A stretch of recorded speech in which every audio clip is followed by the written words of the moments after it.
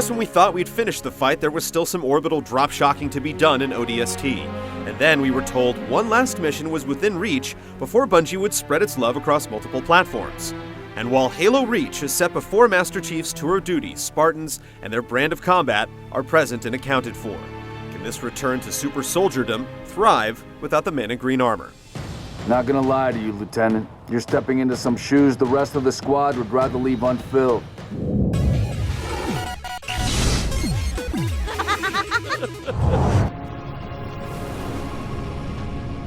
Set just before the events of the very first Halo, Reach is all about saving the titular planet from a Covenant invasion. As one of the last strongholds of humanity and the military base of the UNSC, the planet is integral to the survival of the species. Enter Noble Six, Master Chief's equally tight-lipped predecessor. As the game begins, he joins Noble Team, an elite squadron seen as the planet's last hope to repel the invasion. Commander. So that's our new number 6.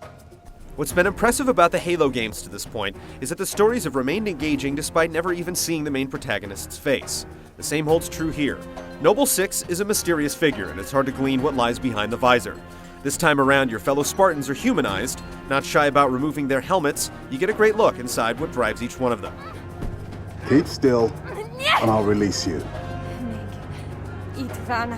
Self-sacrifice for a greater good is a big part of the story, along with the sense of dread knowing that no matter what you do, Reach is going to fall. It's almost like watching a great documentary about a horrible event.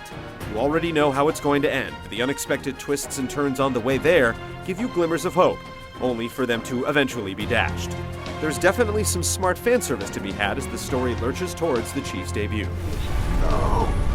No, somebody tell me this ain't happening. UNSC frigate Grafton, do you copy?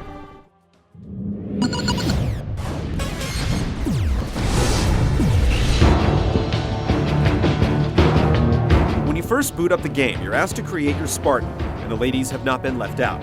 Each soldier has a bevy of armor choices to customize their look, and as you play through the various modes, you're rewarded with ranks and points to purchase new parts that ultimately function as badges of honor.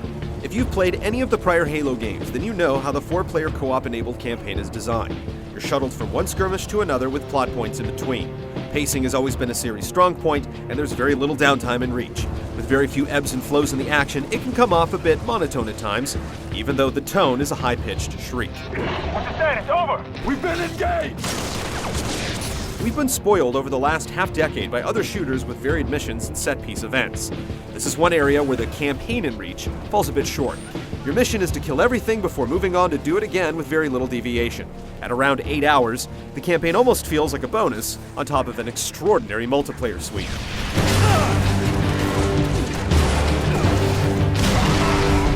If you thirst for the thrill of human competition, Reach will satiate. Built on Halo 3's already staggering list of options, you could conceivably spend the rest of your natural game-playing life fiddling around with it. The list of match options borders on overkill. Just about any conceivable combination of flags, vehicles, weapons, generators, teams, and terrain has already been cooked up by the chefs at Bungie. New modes that stand out include Stockpile, where you have to go out and collect flags and then return them to a zone where they have to be defended to score, and Generator Defense, where teams are split into Spartans and Elites before taking turns attacking and defending. Of course, you still get all the old classics like Team Deathmatch, Capture the Flag, Territories, Juggernaut, King of the Hill, and the list goes on and on. Before each match, you're given the option to vote on the map and match type, and once the timer ticks down, you're able to choose from predetermined weapon loadouts. With literally dozens of ways to play, the Enhanced Forge option that allows you to build your own maps and game types almost feels unneeded. At least if you do dive in, you'll find it to be much more user-friendly and versatile. Co-op survival modes are all the rage these days, and ODST's extremely popular Firefight option has made its way into Reach. Every bit as fun as competitive multiplayer, wave after wave of increasingly difficult enemies are shuttled your way with weapons appearing as you reach certain milestones. Taking place on 8 different maps for up to 4 players, it scales very well depending on the number of combatants. Since Reach is a prequel, we didn't expect much in the way of new weapons and technology, but we were wrong. While Bungie's take on the Hammer of Dawn doesn't exactly make sense within the context of the series, we're more than happy to use it. New enemies are scarce, but there are a lot more vehicles to pilot. We could literally talk about the design of Halo Reach for an hour. The disc is absolutely bursting with content to explore. 9 stock maps for multiplayer is a little low, but the plethora of match variants provides a fresh perspective on each one. If you look for a lot of value in your video game purchases, you can't do much better than this.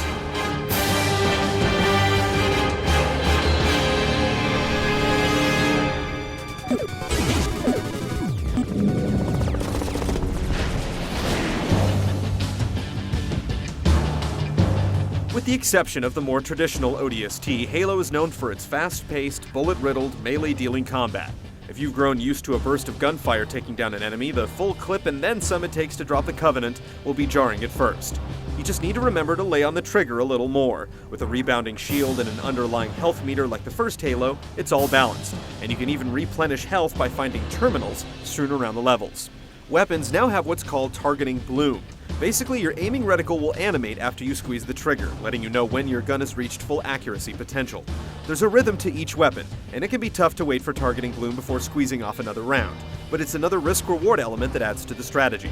There's several new additions to the arsenal, but what most will be happy to hear is that the Magnum pistol has been restored to its former glory. Meanwhile, the new weapons are hit or miss. We love the new needle rifle and the Hammer of Dawn-like target locator, while the focus rifle that shoots a devastating laser and the plasma launcher that dispels up to 4 homing grenades are too powerful in multiplayer situations. Dual wielding has been removed, but it's not missed as much as you'd think. Another new addition is armor abilities. Basically taking the place of deployables from Halo 3, you can use them over and over once they've recharged. While they're only needed on the harder difficulty settings in the campaign, in multiplayer, their usefulness can literally change second by second. The sprint is the most obvious and generally useful, but using the hologram to throw off snipers, the jetpack to reach weapons, active camo to sneak up on the enemy, and the elite-only dive roll in a variety of situations undoubtedly adds depth to the experience. The only ability we're not fond of is Armor Lock, because it creates awkward situations where you stand there waiting for the shield to die to finish an enemy off. Lost the lead. While spending credits to update your armor builds some incentive, it's purely cosmetic. Melee attacks have been a valuable tool in the Halo arsenal for years, but in Reach, they're weaker than ever. Landing a melee attack only removes an enemy's shield and does not touch their overall health, making it more difficult to get kills. You can also hold the melee button when approaching an enemy from behind for assassinations, but they take so long to complete that we actually prefer just using the butt of the gun.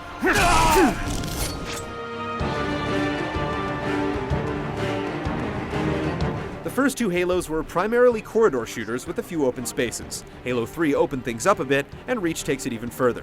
This facilitates much more squad-based strategy, even though you have no control over what they do. Allowing the computer to take up the main front and occupy the enemy while flanking is the easiest way to get through the harder skirmishes. Just don't count on them dropping many Covenant troops or doing a good job behind the wheel of vehicles. Enemies, on the other hand, are absolutely devilish on heroic or legendary.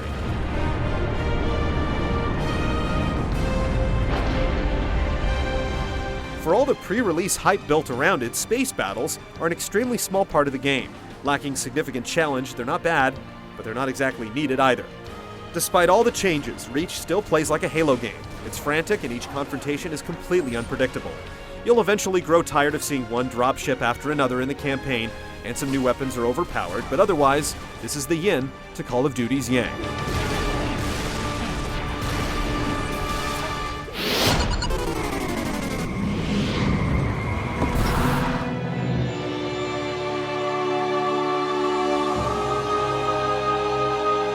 Halo 3 was a bit of a disappointment where visuals were concerned, and ODST didn't bump things up much. Reach definitely features a noticeable improvement. The textures have heightened clarity, the environments have a lot more detail, and there are a lot more enemies on screen at a time, and overall, it just has a much more vivid display. None of this comes at the sacrifice of fluidity or enemy AI. Weapon effects are the biggest standout. The physics have also been jacked up, resulting in some entertaining multiplayer moments. That said, the game still falls a cup below the upper echelon of visual masterpieces. Some areas still come off as a bit barren, and enemy animation appears a bit robotic at times.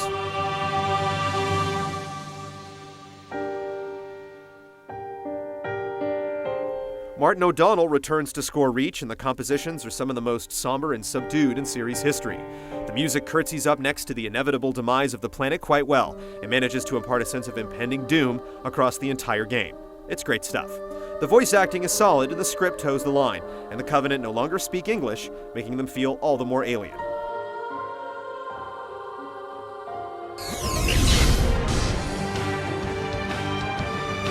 The amount of content in Halo Reach would be absolutely staggering if most of it weren't already found in Halo 3 almost 3 years ago. Even so, few other games come close to its value and overall functionality. The gameplay tweaks are many, and most hit the mark without sacrificing that Halo feeling. Now, 4 games into the series, there's no denying that the campaign is starting to lose some of its moxie, yet there's just enough revelation here for fans to cling to. But let's be honest, you're going to decide to buy based on its multiplayer component, and this is where it delivers in spades. Master Chief may be retired, but calling this a Halo game is no reach.